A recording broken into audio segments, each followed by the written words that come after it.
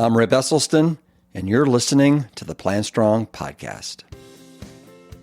Imagine experiencing one of the worst tragedies ever as a parent, the loss of one of your children, and then beginning your healing journey thanks in part to a whole foods, plant-based diet.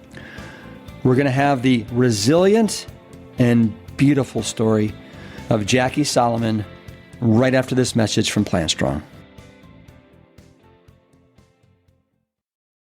Cruciferous cousins, I hope that everyone had a fantastic Thanksgiving with family and loved ones.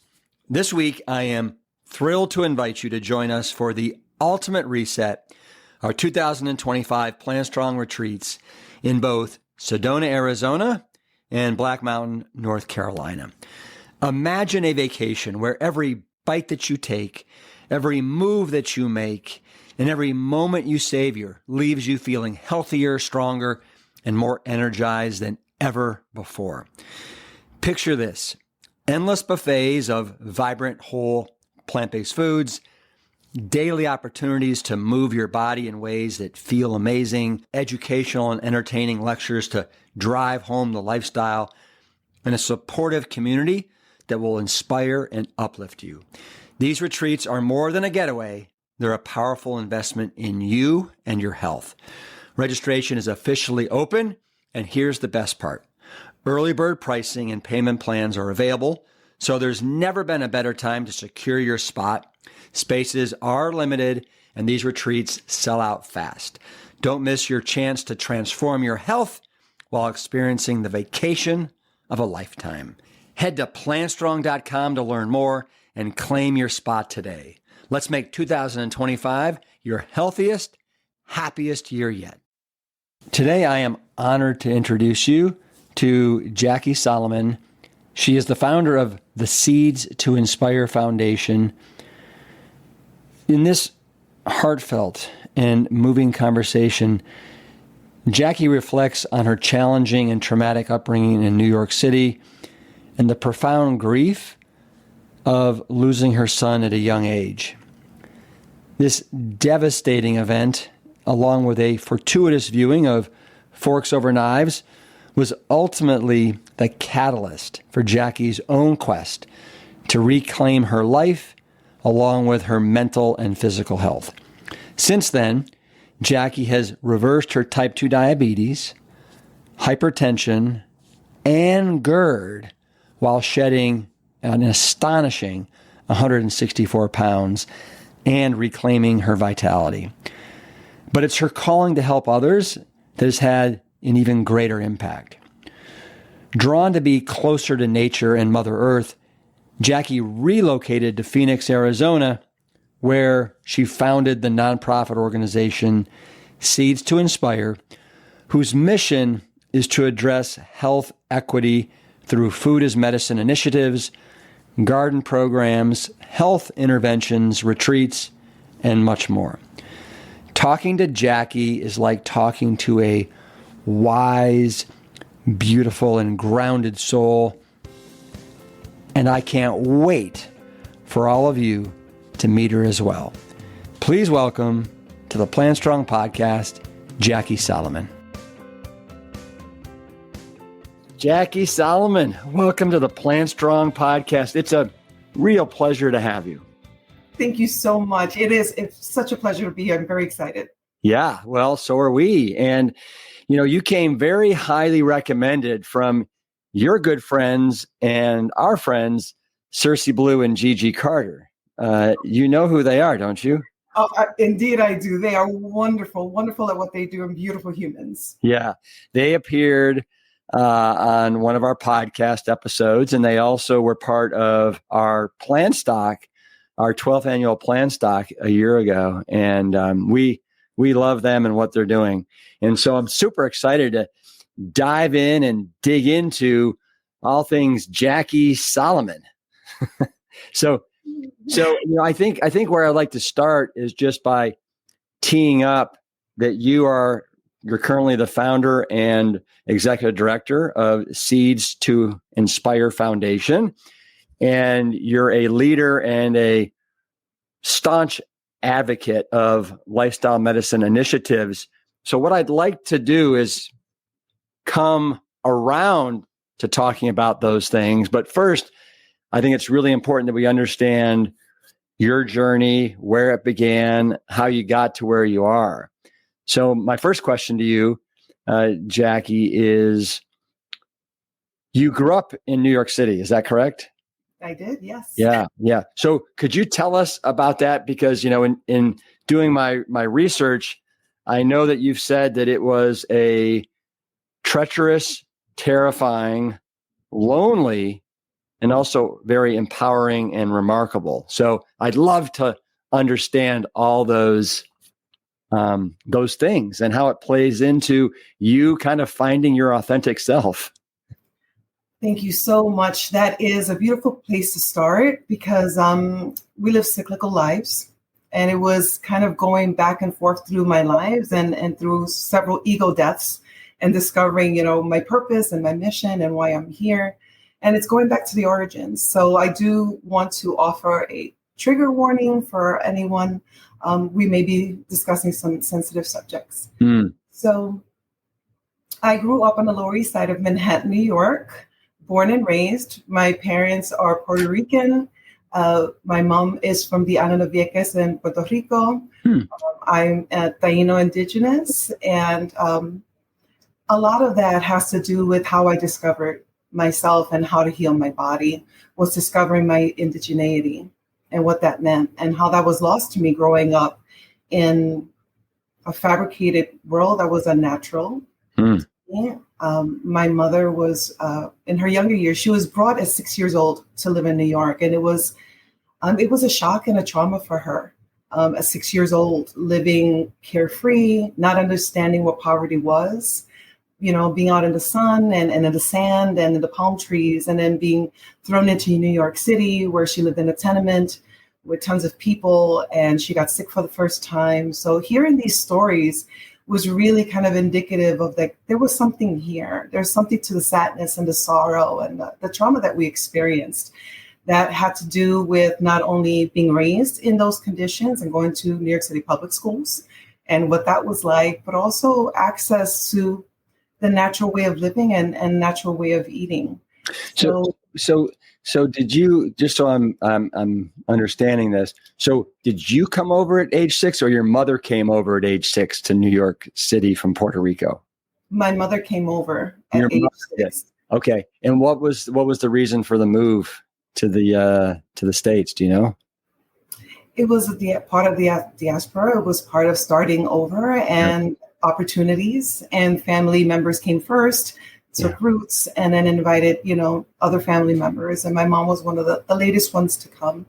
And that had an effect on her. And she became a mother at the age of 15 for the first time.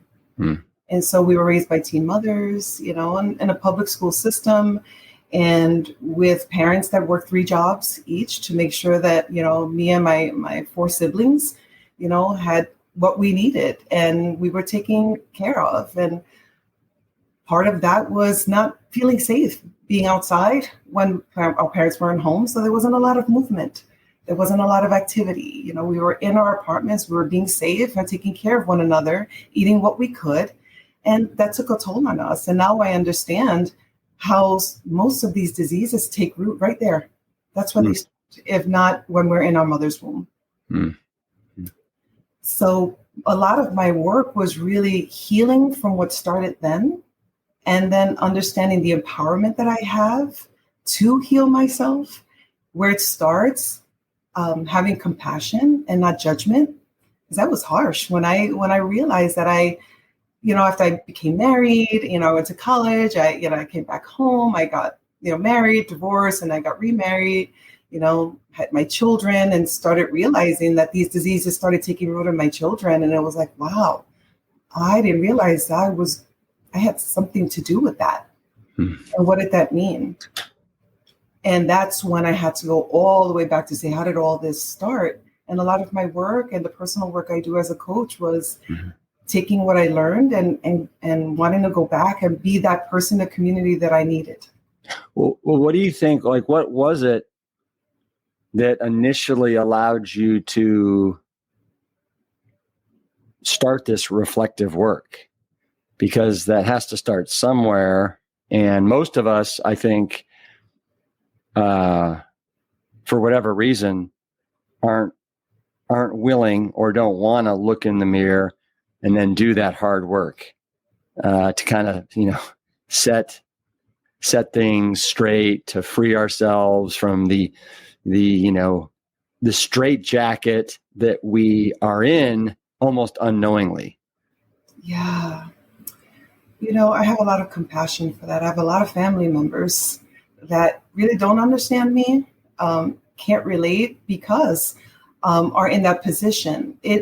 I believe that everyone knows that there's more to themselves, that we're all humans walking on as question marks. Like, why am I here? Is this really what I'm supposed to be doing? Like, I know I'm smarter than this. Yeah. All these questions, it takes a lot of courage to sit down and go deep, because a lot of it goes back to our childhood.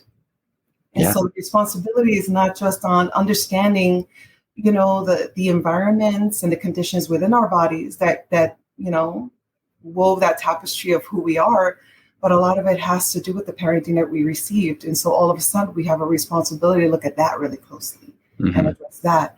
And that sometimes is overwhelming. And if we're not in community of people that we can have share these introspections and kind of help synthesize these things in community, it's very lonely. It's very challenging. So it's easy to just turn away. It's easy to just say, I can barely figure out how to pay my bills. I could barely figure out how to keep my boss happy, and then our bodies are not healthy, so when we're not feeling well, how can we possibly take on another burden? And we're burnt out and we have no energy. We're not sleeping well. We're not exercising. We're not eating foods that support our immune system, our regeneration. Then how can we take on something else? And that's the conditions that we live in. So to answer your question, I, just like every other human, was faced with those. I was doing the best I could and trying to be the best I could. And it wasn't until my eldest son passed away. When he passed away, my world crashed. And I was left with the rubble. And I had to discern what pieces of me became the new foundation of my new life and what I left behind. What year was that? 2009. He was 11 years old. And all my children learned differently, and we were very challenged with the school systems, and that's another part of my story. But having to navigate public school system with children that are all have learning differences in special education is deeply painful. And my son was placed on a pharmaceutical for a mood stabilizer. And it was that pharmaceutical that he became allergic to, and eventually wound up in a burn unit and passed away in a medically induced coma. I'm sorry. If we could backtrack for a sec. So you said you're one of five? End of five. Is that right? One of five. And so what did a typical day of nourishment look like for you growing up, if you can remember, while you were still living in those apartments in New York City?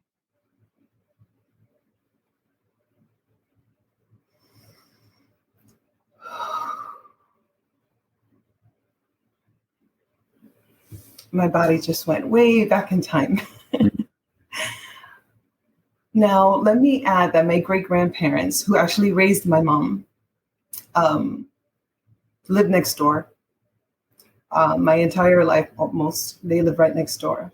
And when we were younger, and they were still younger and had energy and had actually manifested the diseases that would later take their lives in elderhood, there was my mom and papa. They were there. We have family coming over and making arroz con gandules and chicken, and there was coffee in the mornings, bustelo, which is espresso. Oh my gosh.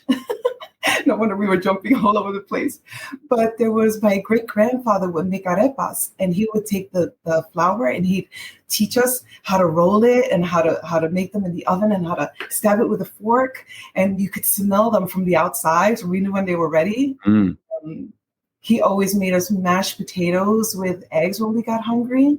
And that was just a basic thing that we ate. It was food that looked like food. It was the man that came once a week in a van and brought all our indigenous, our island produce. And I remember walking with my great-grandparents up there, and they would look around and they would pick up all the vianda, yuca and sweet potatoes, and just take them back. And that's what I remember younger. And then they got older, and less family came over, and my parents worked more. And that's when it became more like mashed potatoes in a box, and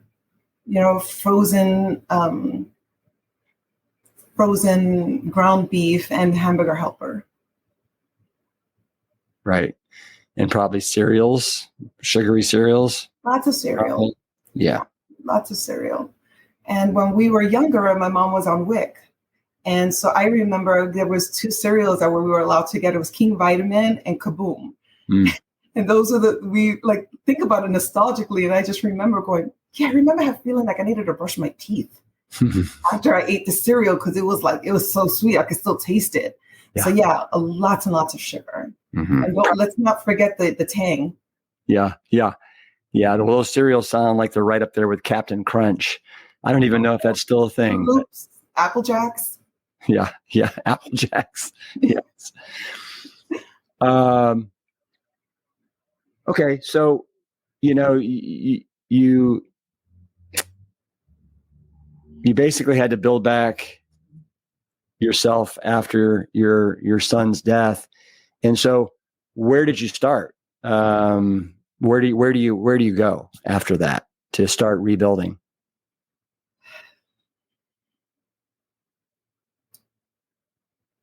That first year is a blur. My twins were 7. And at the time they were just shy of turning 8.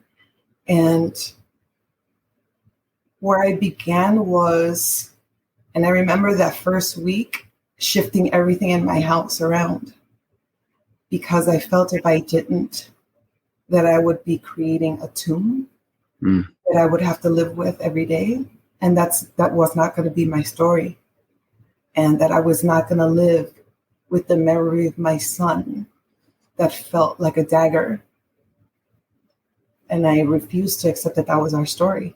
And I chose to celebrate his 11 years and figure out what my role was going to be as his mother now, because I was always going to be his mother. And what was that responsibility? To celebrate the 11 years and not live in agony of his last days. And to make certain that my twins knew that they were enough, that I could live for them and not want to die with him. And that's where it started for me. How do you do that?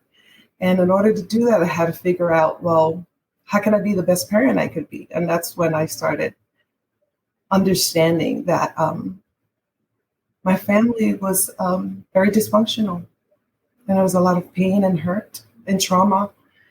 And it revealed itself very deeply and very transparently when my son passed away. Right. And so, but were you able to get any therapy, any help, or is this all kind of self-induced therapy? Self-induced. A lot of it was self-induced. I went through medical professionals, and I was put on pharmaceuticals for diagnoses of depression and bipolar, and went through all these things. And a year later, we were in New Jersey at the time. but we moved to Arizona. We had kind of been scoping out Arizona to see, like, is this a place that could really be possible? And I remember having been 12 years earlier, driving through on a girls' trip, the Grand Canyon, and saying, I left my heart in Arizona. I one day will be back. I will live here. I don't know how I'm going to make this happen. And we started scoping out, would that be possible? And a year later, we decided to move because this was Joshua's favorite place in the world. He loved Arizona. You know, my ex-husband, his parents at the time had moved and retired here. And we would come to visit in the summer, and he loved it here. And I just felt like I would be closer to him here. And so we moved a year later. And that's when I started going back to school. And I went back to learn psychology. And I felt that if I could understand why I wasn't angry at the world, if I could understand why I wasn't angry at God, if I could understand why there was no blame in my heart, there was just so much pain that I had to understand. And why was my family acting this way? Who are these people? Like, what is happening? So I wanted to learn for myself so that I could compassionately heal myself. And going back to school, and then I started studying conscious parenting. And my children started understanding them, how to be a better parent for them. So it was a lot of studying and seeking community, seeking out understanding. I'm like an avid student. I love learning, and I just want to be the best human I can be. And that's kind of where that led me. And then there was more trauma happened, and we had to go no contact with family, and there was more deep learning. And the diseases really started manifesting with the school systems and the treatment my children were getting and the lack of support that they were getting was very traumatizing. So we had a lot of stuff going on. And that's when all the diseases just blew up, and the obesity happened in all of us. And the diseases just took over: the diabetes, the high cholesterol, the hypertension, the gastric reflux, the sleep apnea, all of it. And so what years did those really start to kind of pile on and become front and center in your life? I can speak for myself. I've always had body image issues since I was a little girl. I developed early, and I didn't understand what that meant. And I had lost body autonomy as a very, very, very young girl, and developed a very unhealthy relationship with my sexuality and boundaries and empowerment. And so there was a lot of my body that I really despised about her. And we fought a lot on what body image should look like. And a lot of times I lost that battle, and obesity would set in, and then I would take it back in very unhealthy ways. We're going to do this diet, and we're going to do this, and we're going to be forceful in this. And then I would traumatize her so she could look the way I wanted her to look. And it was a very unhealthy relationship with my body. So when Jacque passed away, I think it was really easy for that pattern to just be like, I don't even care what I look like. I could barely figure out how to get through the day. And my body had no idea how to handle the stress, how to be healthy. And I just went back to like the program of what to eat, what's easy. You know, my body was just trying to feed me and make sure that I kept going, and didn't have any other learning how to do that. You had type 2 diabetes? Yes. So were you on medication for that? I was on metformin and on lisinopril for that. I did have hypertension with an arrhythmia. I was on medication for that. I did have GERD, so I was on medication for that. I had restless leg syndrome. I was on medication for that. I was diagnosed type 2 bipolar with chronic anxiety. I was medicated for those as well. And so were my children, and so was my ex-husband. We were all medicated for these things. Wow. So that's incredible. Yeah. And so basically yourself, your husband, and then the two twins? Well, the twins were diagnosed pre-diabetes. And one of them was diagnosed with high cholesterol. And that's when that second bomb of my life, the first time was when my son passed away, and it was a huge bomb, and I had to start over. It's when the doctor wanted to put my 14-year-old on a statin. Wow. That's when it was another like huge explosion, and I was in the rubble and saying, yeah, that's not an option. And there was no future. I didn't know what to do, but I knew I wasn't doing that. Yeah. And so what was, I know that you saw a documentary that basically kind of opened your eyes and was the impetus for a lot of change. What was that documentary? What year? And what did you do after you saw it? This is the genesis of everything that comes after it, is right here at the root of it. So in May of 2016, my mother went no contact with my sister and my brother, myself and our families, because we confronted her about her behavior and what we discern as mistreatment and disrespect of ourselves, our spouses, and our children. And her choice and my other siblings and my father was to go no contact with us. And to this day, she has honored that. And so have they all. Can you just to clarify, Sure. you said no contact. So is that right? So does that mean there's no communication whatsoever with your mom?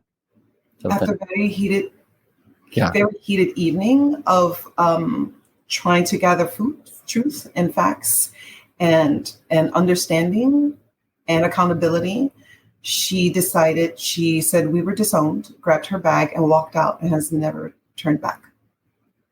Got it. Thank you. Yeah.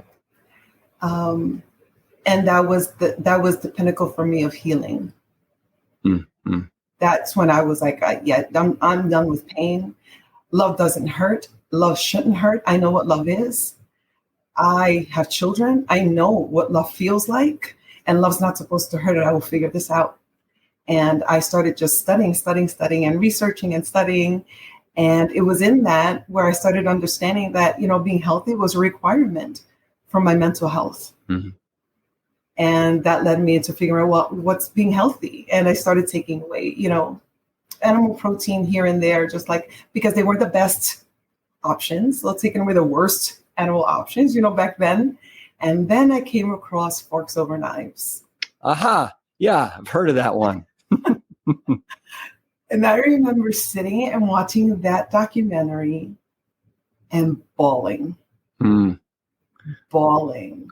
Can you remember was there any particular, because there's a lot of different, stories in there. Can you remember any in particular that really resonated with you? Yes.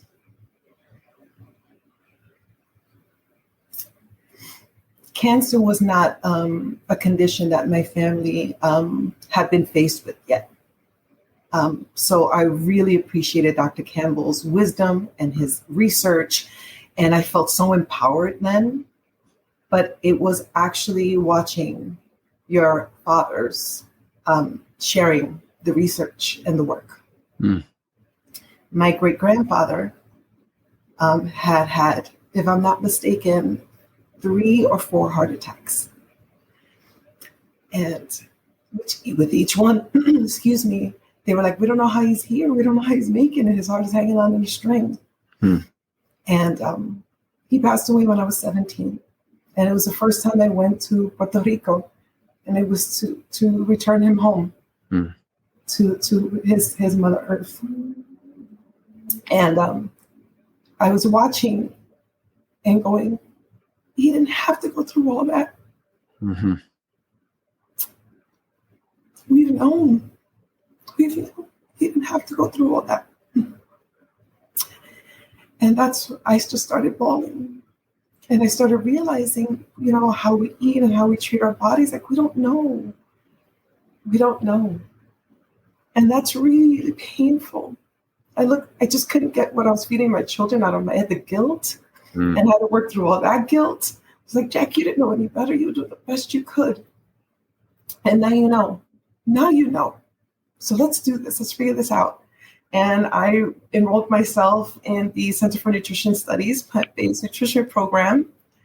And what I discovered there changed my life. And Seeds to Inspire was born. Wow. And what year did you launch Seeds to Inspire? July 2018. Wow. Incredible. I want to talk about Seeds to Inspire, but before I do, I want to ask you, so you saw Forks Over Knives, you started down this path, and have you had the support of your husband and your children? Is everybody on board with this? Where do they stand? Okay.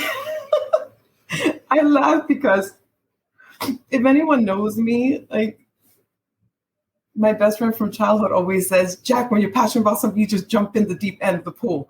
And it was like, yeah, we're not doing this anymore. Sorry, guys, we're not. I can't do it. It's just not happening. I saw poison. Mm-hmm. I saw toxins. I saw agony. I saw distress. I had almost lost my life twice at that point to the diseases. Twice my body broke down and I almost orphaned my children. There was no way that I could ever see these food products, which I thought were food, in my kitchen. So I just started cleaning things out, and it was right before Thanksgiving. And my twins were like, Mom, please, can we just have one more turkey leg? And I was like, that's it, you have a turkey leg. But I made that Thanksgiving, I made everything from scratch, which is a funny term. Yeah. Now that I think about cooking from scratch, which is just cooking, like, what was even that about? Like, we made a special term for actually cooking food that came from the ground. But I went and I cooked Thanksgiving from scratch. I made the bread to make the stuffing, and I just practice. And it was from then that I started just making everything for my family, whole food, plant-based. And so what has happened to yourself, your husband, your kids since going whole food, plant-based? I hope the whole family isn't still on medications and, morbidly obese and all that. So my ex-husband now, but we all lost a significant amount of weight. I am on no medications. I have reversed all of my chronic diseases. I live pain-free, pharmaceutical-free. And I love life and I love myself. My children were also on ADHD medication, and they were on medication for anxiety and depression, and they're not. They do their introspection work. They watch what they eat. They live compassionately. They make certain that they use their voice. They're discerning with whom they share their heart and their energy with. So all of that shifted, and we all live more conscious lives and very aware of the consequences of what we put in our mouths. Mm-hmm. It's incredible. And since that 300, and I think you said 320 or 332 pounds, how much weight have you lost? 164. That's almost exactly half, right? Yes. And I've actually gained a few pounds since then. When menopause started setting in, and living in Phoenix, Arizona in the summers, there's a lot of mobility issues. But that comes right back off starting the fall and the winter, and just keep moving forward because, our bodies, we acclimate. But yeah, so altogether it's 164 pounds. What tell me, is having lost half your body weight, how is life different being that much lighter than you were? Like, tell me for somebody that's trying to lose the weight, that's, 150 to 200 pounds overweight, what do they have to look forward to?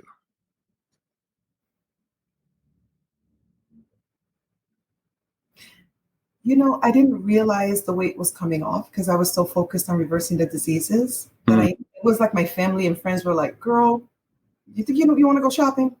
Like, how much more are you going to try to make that belt? Like, and it was like, oh, it's just one more thing to do. I really didn't realize it. what I realized was I was waking up in the morning in a good mood. I was able to dance. I forgot how much I missed dancing. I was, Puerto Rican kids, Boricua kids, we were doing salsa in our diapers. And I couldn't dance. And I remember picking up my babies. I mean, they're big boys, but I remember picking them up and dancing with them to Mark Anthony and Celia Cruz. And I was like, I forgot what that was like. I can dance again. And I remember my surrogate niece, a dear, dear family friend, she wrapped her arms around me. She was like, Auntie Jackie, I can touch my hands. And I was like, all these things that I just kind of took for granted that it's just, well, this way it's going to be. And it was like, no. And I don't have to beat myself up. I can do it by loving myself. I can do it by really appreciating the toll my body has taken and all the beating that I've put on myself. And again, very compassionately, I can acknowledge that. But I've been really, really mean to my body, blaming her for a lot of things, making her do things that were unnatural so that I could feel safe in a world that made me feel unsafe, and not being genuine and authentic, doing patterns of eating and behaving and dressing, things that were not authentic to me. And when I realized that I had this unhealthy relationship with my body, and I was like, you know what, I love you. And you loved me this whole time. No matter what I did, you've been there for me. And now I want to take care of you. And I was giving my body what she needed, and she responded. She started losing weight, and she had energy. And I remember being in the kitchen and just like moving, like, oh, when's the last time I started shaking my hips when I was making food?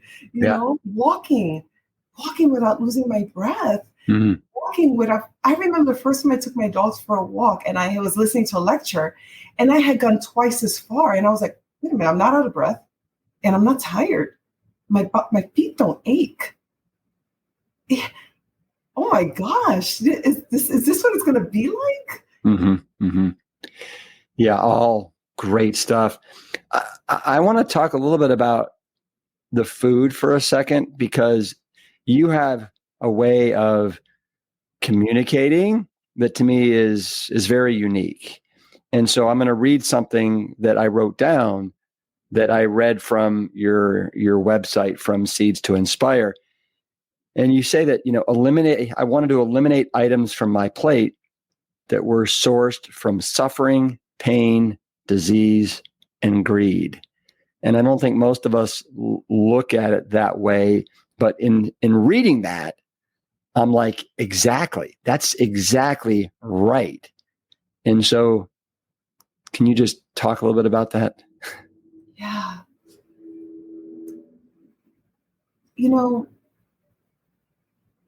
I'm also in education, advocate. I work with community on education initiatives all the time. This is my passion, is to really take care of the children. And in doing so, we all get to support our own inner children. We get to heal. We get to go back to the roots of our pain. And a lot of that is understanding the choices that we've made unconsciously. And how do I share that with my children when I'm changing the way they eat from something that I taught them what to do? How do I do that? And the way I thought to do that was how I learned. Just be genuine. Just tell the truth. This is where the food comes from. This is how it's made. And I did not know. And looking at my plate as a source of nourishment and regeneration and vitality, the way I was eating, nothing was matching who I thought I was in this world. What I was putting on my plate and feeling my children, these humans that were, it's my responsibility. They were born through me. It is my role to do the best I can for them. So it's my moral obligation to tell them the truth, and hold myself accountable for not knowing and doing the best I can now.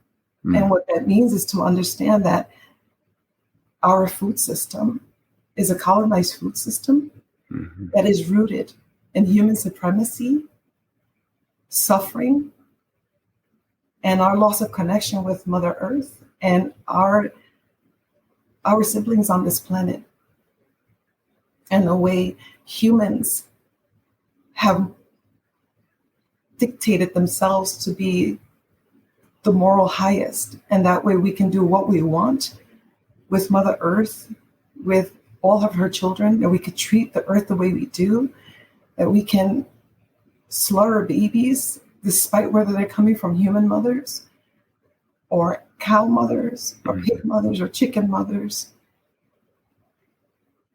We're mothers. And when I learned what happens to my sisters, I've lost a child. I know what that's like to hold a child at my bosom. I could never look at them the same. And I had to teach my children that. I was raising young men, and it was their role in this world. This is a male-dominant patriarchal world. They will walk in truth and dignity and compassion and do what's right based on their moral ethic. And my role was to teach them the truth. And that is the truth of the way we eat. Yeah.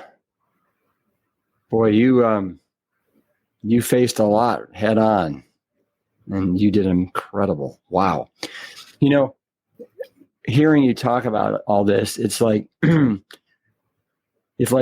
we need to pull back this curtain and expose, as you so I think eloquently put it, all the suffering, the pain, the disease that's created not only in our world, but also in the animal world, in these animal factories. And then, of course, the greed, the incredible greed that surrounds it all as well. And if we can do that, as you have said in some of your writings, we can then shine this light on foods that actually allow light and life and love. And it's just so much healthier and so much more powerful. So I love the journey that you have been on, that you're, how you're sharing now with Seeds to Inspire. And I want to talk about Seeds to Inspire. Before I do, though, I want to ask you this. And you have a quote, and you say, I've been vegan my whole life and I just didn't know it. So I'd love for you to expound upon that. So I've been asked to speak in several different platforms and arenas around veganism. And what I find interesting is that I'll be invited to speak at animal rights events and share my healing journey about how I restored my health, right? Because that, it incentivizes people to go plant-based. However, what's very painful is that the social justice piece is the one that is not held in the same space. And when I say vegan, I say anti-oppression. I say anti-genocide. I say anti-patriarchy, paternalism, all of that. That's to me what the vegan ethic is.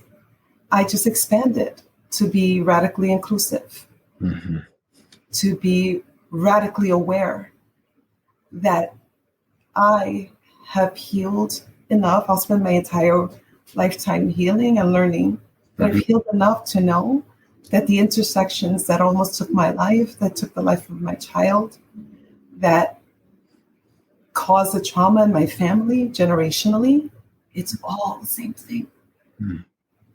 And if we want people to go plant-based, then we have to understand how the way we treat the animals and the way we treat Mother Earth through animal agriculture, industrialized farming, what we do to the oceans, it is the same lens with which we decide who is a standard of human and who is not, and how we treat them. It is all the same lens. Mm-hmm. It's just different perspectives.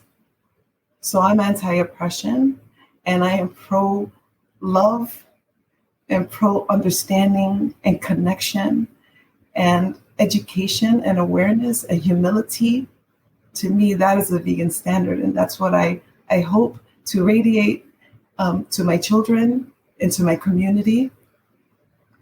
Well, you radiate a lot. And I can tell you one of the things that you don't radiate is anger. And for somebody that used to be, as you said, pretty darn angry, I think at the world and maybe even at yourself, I sense an immense amount of compassion, gratitude, humbleness, and just love. And so that to me emanates from every pore of you, and especially what comes out of your mouth. It's really wonderful. So you founded Seeds to Change in 2018. Tell me a little bit about this nonprofit and how can we help, and what's it all about? Oh, thank you. So I smile because Seeds to Inspire was kind of like the idea of like, okay, what have I learned? What are we doing? How do I help people? Like, people need to know this. Like, like what I'm experiencing, everybody needs to know. Like, how do you do this? And I was very, very afraid of public speaking. And I was encouraged to do more of that. Just talk about your story. Mm-hmm. And it was in that stepping out of my comfort zone because it wasn't my story. Seeds to Inspire was born of taking my son's journey in this life and his role in my life, and to do him justice and spread the love of him and everything that I learned from being his mother into the world. And that's what the Seeds to Inspire was born. It was Seeds to Inspire awareness and hope and healing. And it started there. Yeah. Yeah. What you said it once, but I didn't catch it. What was your son's name? Joshua Noel. Joshua. Got it. Mm-hmm. Okay. So what are some upcoming initiatives that you have that we should know about?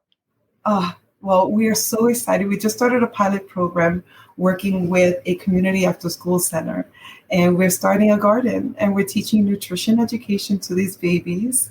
And what's a beautiful thing is that we're collaborating with community initiatives that serve the marginalized communities, the marginalized of the marginalized. So we're working right now with children that come from food insecurity, that eat at the after school center, get snacks there after school. And some of them, that'll be the meal that they have for dinner, every day.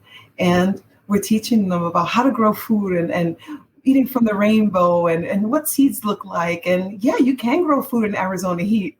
And what is that like? And so it's such really exciting, and it's so much fun. And we're also working on our Jumpstart program, which we are working with a community kitchen, and we're teaching how to cook plant-based, and we're providing plant-based meals so people can experience what it feels like to live this for 10 days. And we give them lifestyle medicine education and coaching, and I do the lifestyle medicine coaching. And we give that experience to the community. And then we're also partnering with other community members to hopefully start gardens soon. Yeah, and the name of the Jumpstart, is that the Seva Jumpstart? Yeah, Seva Jumpstart. Yeah, Seva is Hindu for service. Well, isn't that's beautiful, very beautiful. Mm-hmm. Can you tell us about some success stories that you've had at Seeds to Inspire? Yes. So I will tell you about this one in particular, one that these two. I'll tell you about these two. So the first one is someone that has started working with us peripherally and was infirmed, and really, really was reaching out for support, and gave the support that I could, being that she's within the medical system, and just taking that advice and changing the way she ate. Her dream at the end of the year, because she was obese, was to be able to stand by her birthday. So all she wanted to do was to be able to stand by herself. Stand. So why could she not stand? Because of her chronic pain, her obesity. If I'm not mistaken, she did have a pain disorder, and it was chronic. And her knees were very, very bad. So her dream was by the end of the year for her birthday was to be able to stand. And the next time I saw her, she hugged me and she was with a walker and she was actually walking. Mm-hmm. And what do you think it was? Do you think it was all the anti-inflammatory properties of a whole food plant-based diet that helped alleviate the chronic pain? It was the hope that she could make these changes and that they would do something despite the condition that she was in. She made the choices. She invited me in to learn. She invited me in to bring whole plant foods. She made the decision to stay away from that and choose this. That takes not just the physical action. It takes that deep, deep change within oneself to say, I can do this. I will do this. It's going to happen. And I love myself. That's what she did. Yeah. Deep change, loving yourself. I think not being afraid to go there, right? It's pretty gutsy to turn down and turn away from something that's become your friend and is very comforting. Yes, absolutely. And to trust. There's so much mis and disinformation out there. To trust that this is evidence-based, that this will make changes. It will not take that long. Trust that I know it's going to be difficult. I know it's not easy. I know this is so foreign. It sounds so French. I know it may be challenging, everything that you think you know about culture and food. I know that. But if you just trust this evidence, trust the science, trust your intuition, just do a little bit of research, feel in your body. If it feels right, give yourself 3 days and see how you feel.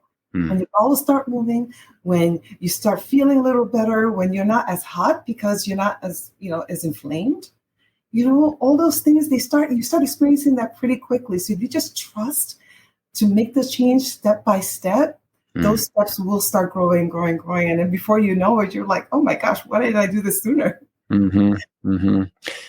So that's one story. Did you have another story you wanted to share?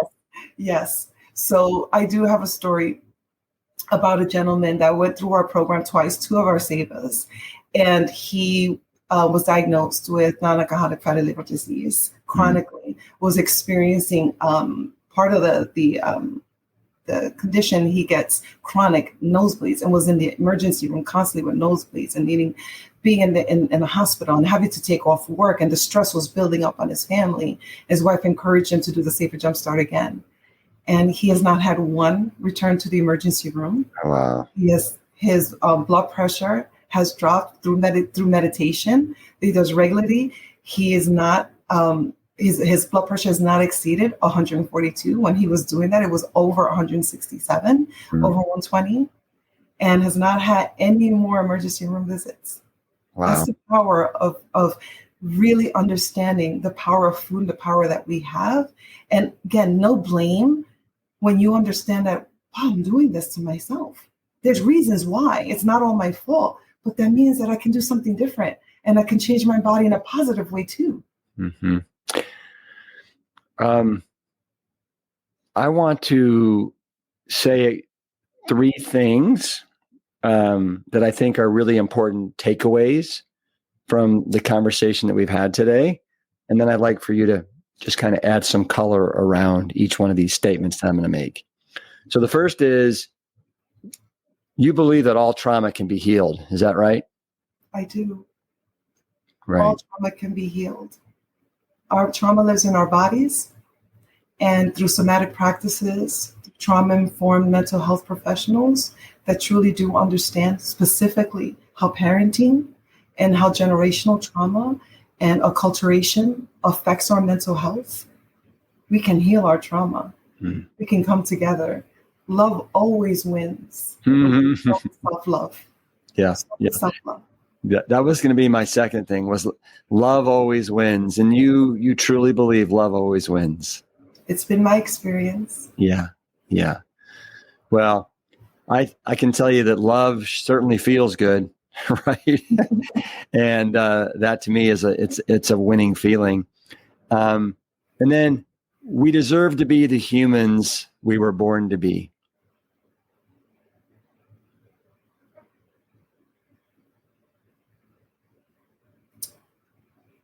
We're one family. We have forgotten that we are a family. Mm. I see humans as distant cousins that I haven't met yet. We're all related. Mm. We're all related to one another as a human family. We're all related to the trees and the birds and the soil and the air. We are one family. And as children of this beautiful, beautiful planet, this sentient being, as her children, we have the power to destroy, as we see, and we have the power to create beauty and love. That's who we deserve to be.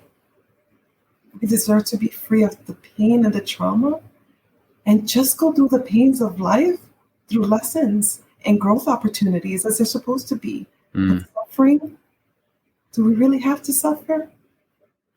I don't believe so. Mm-hmm. And I believe that we all know that we're meant for greatness. Mm-hmm. And we can keep our egos in check, and we can heal the things that hurt us, and we can stop projecting and love ourselves. We can love one another, and we can live the lives that we deserve to live. Yeah. Well, what I love about everything you're saying, and I had a conversation a couple of podcasts ago with Chris Carr about trauma and grief and healing, and how the wonderful thing is, if you're willing to do the work, if you're willing to look at it and understand it and have these difficult conversations, on the other side is so much love, freedom, and beauty, right? But you got to be willing to do the work and look at it. So I love everything that you just said there. How can people with Seeds to Inspire, what's the easiest way for people to help or donate or help the cause? Oh, wonderful, wonderul. It would be lovely if people would sign up for our email list so we can start sending out some updates and really supporting us through financial blessings. So please share, your abundance, share your blessings, and support us to do the work that we're doing in the community. We want a world of equity. We want a world of healing. We want a world where everyone has access to organic, locally grown, whole plant foods, so everyone benefits. And in order to do that with our communities, we need support. So please share your blessings and share your abundance and your compassion and your support. Yeah. I would like to close out today, Jackie, by reading. This is something that you wrote, and I found it to be really powerful. So I'm gonna read it. It'll take about 45 seconds, maybe. I have been vegan my whole life, and I didn't know it. When I became aware of how devastating my food choices were, not only to the health and well-being of my family, but to my community, my culture, my ancestral legacy, Earth, non-human animals, the planet, I chose health. I chose truth. And I chose the right to be healthy for myself and for the whole. That's really good stuff, Jackie. Thank you. Thank you so much. Thank you. Yes, thank you. Jackie, I can't even tell you how much I've enjoyed getting to. This is not the first time we've met, because as you said, we met once at, I think it was a Whole Foods and someplace else, but just having this conversation with you, learning more about your journey, all the great work you're doing with Seeds to Inspire, and the light and the love that you are emanating forth into this world. We need more. We need more of it. We need a lot more Jackies. Thank you. Thank you. There's a lot of us out there. We're just finding each other. There's a lot of us out there. And you included, your producer included beautiful, beautiful souls doing this work. So thank you for the reflection. Oh, yeah. Thank you. So on the way out, can I get a virtual Plant Strong fist bump? Heck yeah, brother. Right there. Yes. All right. Jackie, keep it plant strong. Thank you. Thank you, everyone. Take care. Bye. Bye. Emotional healing and spiritual growth is possible, especially when supported by a whole food, plant-based diet. And I know that you'll agree that this episode stands as a testament to the strength of the human spirit, the importance of compassion, and the undeniable bond that ties us all together in the journey towards healing. To learn more about Seeds to Inspire, visit Seeds to Inspire. That's spelled SeedstoInspire.org. And I'll be sure to put a link in the show notes for you as well. Thanks, as always, for listening to the show. Please be sure to share it with your friends and loved ones who you think may benefit. Food is medicine, and we're here to share that message with the world. Until next time, always keep it plant strong. The Plant Strong podcast team includes Carrie Barrett, Lori Kordowich, and Amy Mackey. If you like what you hear, do us a favor and share the show with your friends and loved ones. You can always leave a 5-star rating and review on Apple Podcasts or Spotify. And while you're there, make sure to hit that follow button so that you never miss an episode. As always, this and every episode is dedicated to my parents, Dr. Caldwell B. Esselstyn Jr. and Anne Cryle Esselstyn. Thanks so much for listening.